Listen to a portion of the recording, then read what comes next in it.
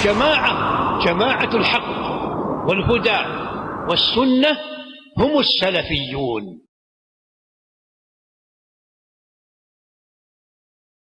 بسم الله الرحمن الرحيم. الحمد لله رب العالمين، وصلى الله وسلم وبارك على عبده ورسوله محمد وعلى آله وصحبه أجمعين وعلى من تبعهم بإحسان إلى يوم الدين. أما بعد. معزز حاضرین، حافظ امام شمس الدین محمد بن احمد الذہبی رحمہ اللہ اپنی کتاب الکبائر کے مقدمے میں سب سے پہلے انہوں نے اللہ عز و جل کی تعریف کی ہے، پھر نبی اکرم صلی اللہ علیہ وسلم پہ درود و سلام لکھا ہے۔ الحمدللہ علی الایمان بہ وبکتبہ ورسلہ وملائکتہ واقدارہ وصلی اللہ علی نبینا محمد وآلہ وانصارہ صلاة دائمہ تحلنا دار القرار فی جوارہ۔ امام ذہبی رحمہ اللہ نے اللہ کی تعریف سے کتاب کا آغاز کیا ہے، اور آپ جانتے ہیں اللہ عز و جل کی کتاب قرآن مجید بھی اسی سے شروع ہوئی ہے۔ الحمدللہ رب العالمین، یہ اللہ عز و جل کی تعریف ہے، اور کہتے ہیں کہ جو شخص اپنے کام کی ابتدا اللہ تعالیٰ کے نام سے کرتا ہے، اس کی تعریف سے کرتا ہے، اللہ عز و جل اس کی کام میں برکت دیتے ہیں۔ اور نبی اکرم صلی اللہ علیہ وسلم پہ درود ہمارے تمام کاموں میں برکتوں کا سبب ہے، رحمتوں کا سبب ہے، چونکہ جو شخص ایک مرتبہ اللہ کے نبی صلی اللہ علیہ وسلم پہ درود پڑھتا ہے، 10 مرتبہ اللہ تعالیٰ کی رحمتیں اس پر نازل ہوتی ہیں۔ صلی اللہ علیہ وعلی آلہ واصحابہ واخوانہ وسلم تسلیما کثیرا۔ پھر آگے امام ذہبی رحمہ اللہ کہتے ہیں یہ کتاب کبیرہ گناہوں کی پہچان کے لیے مفید کتاب ہے۔ اللہ تعالیٰ ہم تمام کو کبیرہ گناہوں سے بچنے کی توفیق عطا فرمائے۔ آگے امام ذہبی رحمہ اللہ نے قرآن مجید کی آیت نقل کی ہے کہ جو گناہ ہیں جو زندگی میں ہم کرتے ہیں وہ 2 قسم کے ہیں، ایک ہیں جنہیں صغائر کہا جاتا ہے، اور دوسرا ہے جنہیں کبائر کہا جاتا ہے۔ صغائر اور کبائر، چھوٹے گناہ اور بڑے گناہ، یہ دو گناہوں کی قسم ہے جن کی پہچان ہونا مسلمان کے لیے ضروری ہے۔ کیوں ضروری ہے؟ دیکھیے اللہ عز و جل نے فرمایا سورہ النساء میں، ان تجتنبوا کبائر ما تنہون عنہ نکفر عنکم سیئاتکم وندخلکم مدخلا کریما۔ ایمان والوں سے کہا گیا کہ اگر تم لوگ ان تجتنبوا کبائر، اگر تم لوگ بڑے گناہوں سے بچو گے، کبیرہ گناہوں سے بچو گے جس سے تمہیں روکا گیا ہے، تو ہم تمہارے دوسرے گناہوں کو معاف کر دیں گے اور تمہیں عزت کی جگہ میں داخل کریں گے، یعنی جنت میں داخل کریں گے۔ امام ذہبی کہتے ہیں یہ اللہ نے ذمہ داری لی ہے، قرآن کی آیت ہے جو یہ کہتی ہے کہ اللہ نے ذمہ داری لی ہے کہ اگر کوئی مسلمان کبیرہ گناہوں سے بچ کر کے مرتا ہے اور چھوٹے چھوٹے گناہ اس نے کیے ہیں، اللہ تعالیٰ اس بچنے کی وجہ سے چھوٹے گناہوں کو معاف بھی کرے گا اور اسے جنت میں داخل بھی کرے گا، یہ اللہ کی طرف سے گارنٹی ہے۔ تو کبیرہ گناہ کیا ہیں جس سے بچنا ضروری ہے؟ ہر مسلمان کو فکر کرنا چاہیے کہ قرآن کی آیت یہ وعدہ ہے اللہ تعالیٰ کا کہ اگر ہم کبیرہ سے بچیں گے اللہ تعالیٰ ضرور ہم کو جنت میں داخل کرے گا اور باقی ہمارے گناہوں کو معاف کیا جائے گا۔ اور دوسری آیت میں اللہ عز و جل نے امام ذہبی نقل کہ اللہ تعالیٰ کہتے ہیں سورہ شورى والذین یجتنبون کبائر الاثم والفواحش، وہ لوگ جو کبیرہ گناہوں سے بچتے ہیں، کبیرہ گناہ اور بے حیائی کے کاموں سے بچتے ہیں، وَإِذَا مَا غَضِبُوا هُمْ يَغْفِرُونَ، اور جب غصے میں ہوتے ہیں تو لوگوں کو معاف کرتے ہیں۔ قرآن کی آیت کہتی ہے ایمان والوں کی صفات میں سے ہے کہ وہ بالخصوص کبیرہ گناہوں سے بچتے ہیں۔ روزانہ کی زندگی میں ہمیں یہ دیکھنا ہوگا کہ کون سا گناہ ہے جو کبیرہ ہے اور کون سا گناہ ہے جو صغیرہ ہے۔ اور تیسری آیت ہے جو اللہ عز و جل کہتے ہیں، امام ذہبی نے نقل کی ہے، الذین یجتنبون کبائر الاثم والفواحش الا اللمم، ایمان والوں کی نشانیوں میں سے ہے کہ وہ لوگ کبیرہ گناہوں سے، بے حیائی کے کاموں سے بچتے ہیں، الا اللمم، ہاں ان سے چھوٹی چھوٹی غلطیاں ہو جاتی ہیں، چھوٹی چھوٹی غلطیاں ہو جاتی ہیں جو کبیرہ درجے کی نہیں ہیں۔ لیکن ہم میں سے کون ہے جو اس کی معرفت رکھتا ہے؟ کون ہے جو پہچان رکھتا ہے کہ یہ کبیرہ ہے اور یہ جو غلطی میں نے کی ہے یہ کبیرہ نہیں ہے، یہ صغیرہ ہے؟ کون پہچان رکھتا ہے؟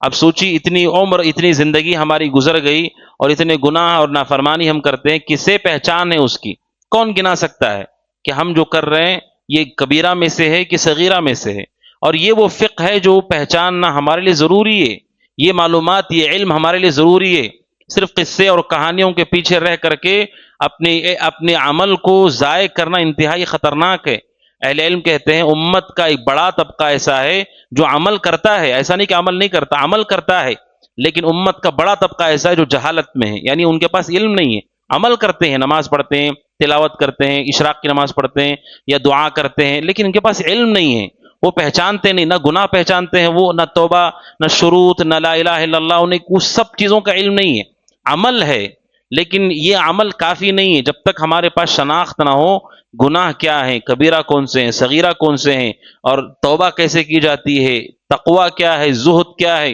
تو صرف اور صرف عمل روٹین میں شامل کر لینا یہ کافی نہیں ہے۔ اور ابلیس کی جانب سے سب سے پہلا حربہ مسلمان کے لیے یہی ہوتا ہے کہ وہ انہیں علم سے دور کرتا ہے، علم سے دور کر کے کچھ اعمال میں وہ آدمی لگ جاتا ہے اور صبح و شام وہ کرتا ہے، اور حقیقی جو علم اس کے پاس ہونا چاہیے، قرآن کا فہم ہے اور حدیثوں کی شروحات ہے، حدیثوں کی شرح ہے، یا دعائیں ہیں، یا گناہوں کی پہچان ہے، یا آخرت کی شناخت ہے، یہ سب چیزیں اس کے پاس نہیں ہوتی ہیں،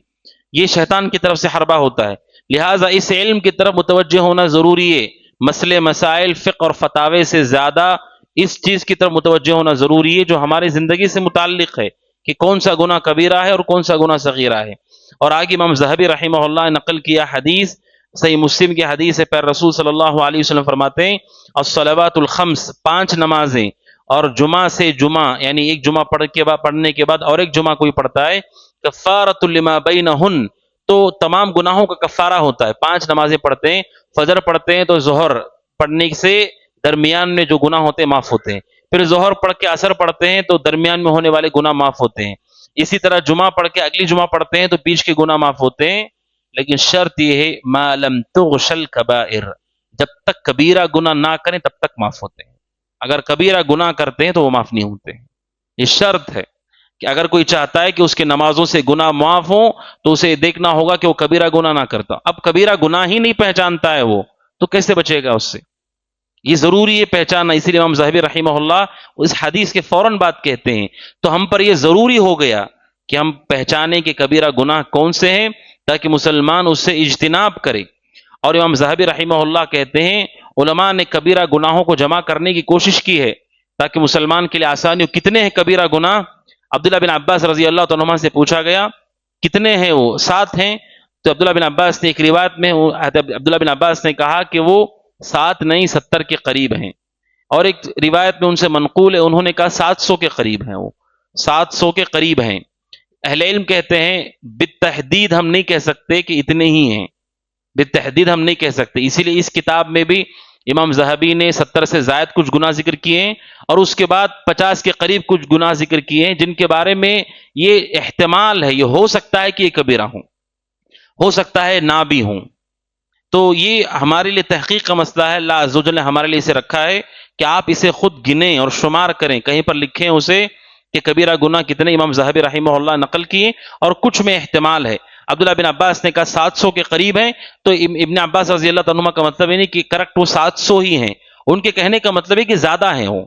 اس کا مطلب یہ ہے زیادہ ہیں، 700 سے مراد 700 ہی نہیں ہے، بلکہ وہ گفتگو کا ایک طریقہ ہے کہ ایک بڑی تعداد ہے اس کی، اسے شمار کرنا ہوگا، اور جو چاہتا ہے نجات اسے گننا پڑے گا کہ وہ کون سے گناہ ہیں۔ اور کچھ گناہ ایسے ہیں جو کلیئرٹی کے ساتھ حدیث میں ایک ساتھ بتا دیے گئے ہیں، جیسے پھر رسول صلی اللہ علیہ وسلم نے فرمایا اجتنبوا السبع الموبقات، 7 تباہ کرنے والے گناہوں سے بچو، تو یہ بالکل کلیئر ہے کہ یہ 7 کبیرہ گناہوں میں سے۔ اور ایک اور روایت میں آپ نے کہا الا انبئکم باکبر الکبائر، آپ نے کہا میں تمہیں کبیرہ گناہوں کے بارے میں بتاؤں گا، اس میں آپ نے کچھ گناہ بتائے ہیں، تو کچھ حدیثیں ایسی ہیں جن میں بالکل صراحت سے کہا گیا ہے کہ یہ کبیرہ ہے، اس کے علاوہ احادیث کو جمع کرنے کی کوشش کی گئی ہے، جسے امام ذہبی رحمہ اللہ کی ایک کتاب ہے، روزانہ ایک ایک کبیرہ گناہ باذن اللہ آپ کے سامنے ہوگا اور ہم اسے جاننے کی کوشش کریں گے۔ امام ذہبی رحمہ اللہ کہتے ہیں ابن عباس رضی اللہ عنہما نے سچ کہا کہ ہم بالتحدید ہم نہیں کہہ سکتے ہیں، اور اسی طرح ہمارے یہاں لوگ کیا کرتے ہیں اپنی مرضی سے کسی کو بھی حرام کہہ دیتے ہیں، یہ گناہ ہے، یہ کبیرہ گناہ ہے، اپنی مرضی سے جو گناہ نہیں ہے اسے گناہ نہیں کہنا چاہیے، آپ کو ناپسند ہے تو آپ کا اپنا مسئلہ ہے، کوئی آدمی یہ کہے ٹوپی نہ پہنا یہ کبیرہ گناہ ہے کیا؟ اگر کوئی نہیں پہنتا تو کیا کبیرہ گناہ ہے؟ یہ کبیرہ گناہ نہیں ہے، اب زینت ہے، نماز کو آپ پہن کے یہ اچھی بات ہے، لیکن کیا یہ کبیرہ گناہوں میں سے جو ہمیں پسند نہیں آتا ہم کہہ دیں کبیرہ گناہ ہے؟ کسی نے پینٹ شرٹ پہن لیا وہ سمجھتے ہیں کہ کوئی گناہ ہے، یہ گناہ نہیں ہے، آپ کو کوئی چیز پسند نہیں آتی ہے تو آپ کا اپنا مسئلہ ہے، وہ حرام وہ چیز ہے جو کتاب و سنت میں صراحت کے ساتھ ہو اور کلیئرٹی کے ساتھ دلیل ہونی چاہیے اس کے لیے، جس طرح آپ عبادت کرتے ہیں تو دلیل کے ساتھ کرتے ہیں، 2 رکعت پڑھ رہے ہیں آپ فجر کی تو دلیل ہے آپ کے پاس، تو جب آپ کسی سے کہتے ہیں کہ یہ غلط ہے تو آپ کے پاس بھی دلیل چاہیے اس کی کہ آپ کیوں کہہ رہے ہیں کہ یہ غلط ہے، کیا خرابی ہے اس میں، کون سی قرآن کی آیت ہے، کون سی حدیث ہے۔ اس کے بغیر اپنی مرضی سے، اپنی خواہشات سے کچھ چیزوں کو ناپسند کر کے کہہ دینا کہ یہ حرام، یہ جائز نہیں ہے۔ امام ذہبی رحمہ اللہ کہتے ہیں جس پر دلیل قائم ہوگی اسی کو آپ کہہ سکتے ہیں کہ گناہ ہے۔ اور پھر آگے امام ذہبی رحمہ اللہ نے نقل کیا ہے کبیرہ گناہ اور صغیرہ گناہوں کی پہچان کیا ہے، کیسے پہچانیں گے، موٹے موٹے طور پر، پوری حدیثیں تو آپ نہیں دیکھیں گے الا ماشاءاللہ اگر کوئی آپ میں سے تحقیق کرے، موٹے موٹے طور پر کبیرہ اور صغیرہ میں فرق جو عبداللہ بن عباس رضی اللہ عنہما سے منقول ہے اور متعدد سلف نے اسے نقل کیا ہے، شیخ الاسلام ابن تیمیہ رحمہ اللہ نے اسے صحیح قرار دیا ہے، کہتے ہیں کہ جس گناہ پر دنیا اور آخرت میں سزا طے کی گئی ہے وہ کبیرہ گناہ ہے۔ جیسے دنیا میں سزا طے کی گئی ہے چوری پر، زنا پر، قتل پر، کسی پر تہمت لگا دینے پر، ڈاکہ زنی کرنے پر، دہشت گردی کرنے پر، اسلام میں سزا ہے، قتل کی سزا، ہاتھ کاٹنے کی سزا، اسی طرح پھانسی کی سزا۔ تو یہ جو سزائیں رکھی گئی ہیں اس کا مطلب یہ کبیرہ گناہ ہے۔ یا آخرت میں کوئی سزا رکھی گئی بالخصوص، جیسے اس کے لیے کہا گیا کہ جہنم میں جائے گا، اللہ تبارک و تعالیٰ ان کی طرف دیکھے گا نہیں، یا کہا گیا ان پر لعنت ہے اللہ تعالیٰ کی، یا یہ کہا گیا کہ یہ لوگ جہنم میں داخل ہوں گے، یا یہ کہا گیا کہ یہ ایمان والے نہیں ہیں، ایسے جو الفاظ آتے ہیں تو یہ دلالت کرتے ہیں کہ یہ گناہ کبیرہ گناہ ہے، یہ گناہ کبیرہ گناہ ہے۔ تو یہ موٹے موٹے انداز میں عبداللہ بن عباس رضی اللہ عنہما کی سے پوچھا گیا تھا کبیرہ گناہوں کے بارے میں، تو انہوں نے کہا جس میں دنیا اور آخرت کی حد طے کی گئی ہو وہ کبیرہ گناہ ہوتے ہیں، اور دوسرے اہل علم نے کہا کہ وہ گناہ جس کے بارے میں دنیا میں حد رکھی گئی ہے، آخرت میں عذاب کی دھمکی دی گئی ہے یا لعنت کی گئی ہو تو یہ کبیرہ گناہ ہے۔ اور تیسری بات امام ذہبی رحمہ اللہ کہتے ہیں ہر کبیرہ گناہ ایک درجے کا نہیں ہے، کچھ گناہ اگرچہ کہ وہ کبیرہ ہے لیکن وہ بہت خطرناک ہے، جیسے اللہ کے نبی صلی اللہ علیہ وسلم نے شرک کو بھی کبیرہ گناہوں میں شامل کیا ہے، جبکہ شرک کرنے سے آدمی اسلام سے باہر چلا جاتا ہے، لیکن پھر بھی اللہ کے نبی نے اسے کبیرہ میں شامل کیا ہے۔ اور اللہ کے نبی صلی اللہ علیہ وسلم نے دوسری روایتوں کے اندر ماں باپ کی نافرمانی یا جھوٹی گواہی، آپ نے ان کو بہت خطرناک قرار دیا ہے۔ تو کہتے ہیں امام ذہبی رحمہ اللہ کہ ہر کبیرہ گناہ ایک درجے کا نہیں ہے، جھوٹ، ماں باپ کی نافرمانی، اللہ کے ساتھ شرک، یہ سب ایک درجے میں نہیں ہے، ان میں سے کچھ بہت ہی خطرناک ہیں اور کچھ خطرناکی میں اس سے تھوڑے سے کم ہیں لیکن وہ کبیرہ ہی ہیں۔ تو یہ بھی درجات بھی دیکھا جاتا ہے کہ کون سا گناہ ہے جو انسان نے اس کا ارتکاب کیا ہے۔ امام ذہبی رحمہ اللہ نے اسے نقل کیا ہے، حدیثوں کو جمع کرنے سے معلوم ہوتا ہے کہ کون سا گناہ کتنا خطرناک ہے، کتنا قبیح ہے۔ اسی وجہ سے 2 گناہوں میں سے کوئی ایک گناہ آدمی کو طے کرنے سے پہلے دلیل دیکھنی ہوتی ہے، جیسے نفاق اکبر، شرک اکبر اور اسی طرح کفر اکبر، یہ 3 گناہ ایسے ہیں جو انسان کو اسلام سے خارج کر دیتے ہیں۔ شرک اکبر کوئی شرک کرتا اللہ کے ساتھ، یا کفر اکبر انکار کر دے کوئی آدمی قرآن کا حدیث کا انکار کر دے۔ تیسرا نفاق اکبر کو آدمی زبان سے کہتا کہ مسلمان، اندر سے وہ کافر ہی ہے۔ تو یہ 3 چیزیں ہیں جس سے انسان اسلام سے پوری طرح باہر چلا جاتا ہے، اور کہتے ہیں یہ گناہ اگر ہوں تو باقی گناہوں کا کوئی حساب نہیں ہے، یہ گناہ کافی ہیں۔ اگر شرک یا کفر یا نفاق ہے تو یہ جہنم میں ہمیشہ رہنے کے لیے کافی ہے، اس کے علاوہ وہ چور ہے، وہ ڈاکو ہے، وہ زانی، اس سے کوئی فرق نہیں پڑتا ہے۔ کہتے ہیں کفر کے بعد کوئی گناہ نہیں ہے، یعنی وہ کافی ہے، اتنی بڑی چیز ہے وہ کہ وہ انسان کو برباد کرنے کے لیے کافی ہے، اس وجہ سے پہلے درجے میں اسے رکھا جاتا ہے۔ اور انبیاء بھی سب سے زیادہ انہی گناہوں سے ڈرتے تھے، کفر اکبر، شرک اکبر اور نفاق اکبر، کہ آدمی اسلام سے باہر نہ چلا جائے، باؤنڈری سے باہر نہ جائے، یہ سب سے زیادہ انبیاء ڈرتے تھے۔ گناہوں میں سب سے خطرناک گناہ یہ ہیں، باقی قتل اور زنا اور چوری یہ سب بعد میں ہیں، یہ ایمان سلامت رہے تو ایمان پہ ڈاکہ ڈالنے والے ہی گناہ ہیں، لیکن یہ 3 گناہ اگر ہوں، کفر اور شرک اور نفاق، تو آدمی اسلام کے دائرے سے باہر چلا جاتا ہے، اور اس کا انجام بھی ابو جہل، ابو لہب، ابی بن خلف اور ابو طالب کی طرح ہوتا ہے، نسأل اللہ سلامت والعافیہ۔ تو آدمی کو گناہوں میں بھی کیٹیگری دیکھنا ہوتا ہے کہ کس گناہ کا زیادہ ڈر اس کے پاس ہے۔ اسی وجہ سے سلف صالحین کے بارے میں نے نقل کیا، وہ سب سے زیادہ ڈرتے تھے کفر سے۔ کہتے ہیں امام ابن قیم رحمہ اللہ، سلف کہتے تھے کہ تم لوگ گناہوں سے ڈرتے ہو، ہمیں کفر سے ڈر لگتا ہے کہ کہیں موت سے پہلے پہلے دلوں کی حالت نہ پلٹے، کیونکہ دل انسان کا پلٹتا رہتا ہے، آپ جو ویڈیو دیکھتے ہیں آپ کے اوپر اس کا اثر ہوتا ہے، ہنسنے کا دیکھتے ہیں تو آپ ہنستے ہیں، رونے کا دیکھتے ہیں تو آپ کی آنکھوں میں آنسو آتے ہیں. انسان کا دل ایسے ہی بہت تیزی سے پلٹتا ہے وہ. تو نہ جانے کون سا کفر کھینچ دے آدمی کو اپنی طرف اور آدمی کا ایمان چلا جائے, آدمی کا عقیدہ برباد ہو جائے. ہمیں کوئی اس کی ضمانت نہیں ہے. ایک شخص جو عالم دین ہے, مدرسے سے پڑھے ہوئے اور پورا کورس مکمل کر کے تعلیم حاصل کی انہوں نے, اور پھر وہ انڈیا سے باہر چلے گئے, ویسٹرن کنٹریز میں سے کسی کنٹری میں وہ گئے, عالم دین تھے وہ, اور جانے کے بعد وہاں کی عیش اور وہاں کی بے حیائی سے متاثر ہو کر کے ابھی ان کا یہ حال ہے. وہ عالم تھے, ابھی ان کا یہ حال ہے کہ وہ عورتوں کا لباس پہن کر کے اور کان پر پھول لگا کر کے, ایسے لوگ جو نہ مرد ہیں نہ عورت ہیں, ایسے لوگوں کی جو پریڈ ہوتے ہیں, ان لوگوں کے جو جلسے ہوتے ہیں, اس کے اندر باقاعدہ وہ شریک ہو رہے ہیں. ان کی داڑھی بھی چلی گئی, ان کا لباس بھی عورتوں کا لباس ہے. اور دیکھ کر کے آدمی کا دل دہل جاتا ہے کہ ہمیں نہیں معلوم کہ آدمی کس طرف پلٹے گا, وہ کیا دیکھ رہا ہے ہمیں نہیں معلوم. اور کہتے ہیں شیخ ابن عثیمین رحمہ اللہ, جو لوگ تنہائی میں زیادہ گناہ کرتے ہیں ان پر زیادہ ڈر ہوتا ہے اس کا. جو لوگ تنہائی میں گناہ کرتے ہیں ان پر ڈر ہوتا ہے کہ گناہ اچانک زہر پورا نکالیں گے تو ہو سکتا ہے آپ کا پورا اسلام ہی ختم ہو جائے, آپ ہو سکتا ہے پورے قرآن کے ہی منکر ہو جائیں, یا پورے حدیثوں کے ہی منکر ہو جائیں, یا اللہ اس کے رسول سے بغض رکھیں, نفرت کریں. یہ کہتے ہیں کہ جو تنہائی کے گناہ ہوتے ہیں یہ بہت ہی خطرناک ہے خذلان کے لیے, کہ آدمی کا پورا ایمان ختم ہو جاتا ہے. ایک عالم دین ہوتے ہوئے ان کا یہ حال ہے کہ ان کا عقیدہ, ان کا ایمان, اور کیا حالت ہوئی کہ وہ عورت کا لباس پہن کر کے, چہرے کو صاف کر کے, پھول لگائے ہوئے ایسے لوگوں کے ساتھ شریک ہو گئے جلسے کے اندر. اور ان کی تصویریں جب پہنچیں دیکھ کر کے بہت زیادہ تکلیف ہوئی, اور وہ قرآن کی آیت یاد آتی ہے جو اللہ تعالیٰ نے مومنوں کے بارے میں نقل کی, ربنا لا تزغ قلوبنا بعد اذ هديتنا وهب لنا من لدنك رحمة انك انت الوهاب. کہ مومن دعا کرتے ہیں کہ ہمارے رب ہمارے دلوں کو پلٹنا نہیں, لا تزغ قلوبنا بعد اذ هديتنا, ہدایت کے بعد اسے پلٹنا نہیں. سلف بہت زیادہ اس کا خیال کرتے تھے. امام مالک رحمہ اللہ کے پاس ایک آدمی آیا اور اس نے آ کر کے کہا کہ میں, ابو جویریہ اس کا نام تھا, اس نے کہا کہ میں آپ سے ایک مسئلے پر بحث کرنا چاہتا ہوں. تو امام مالک رحمہ اللہ نے کہا اگر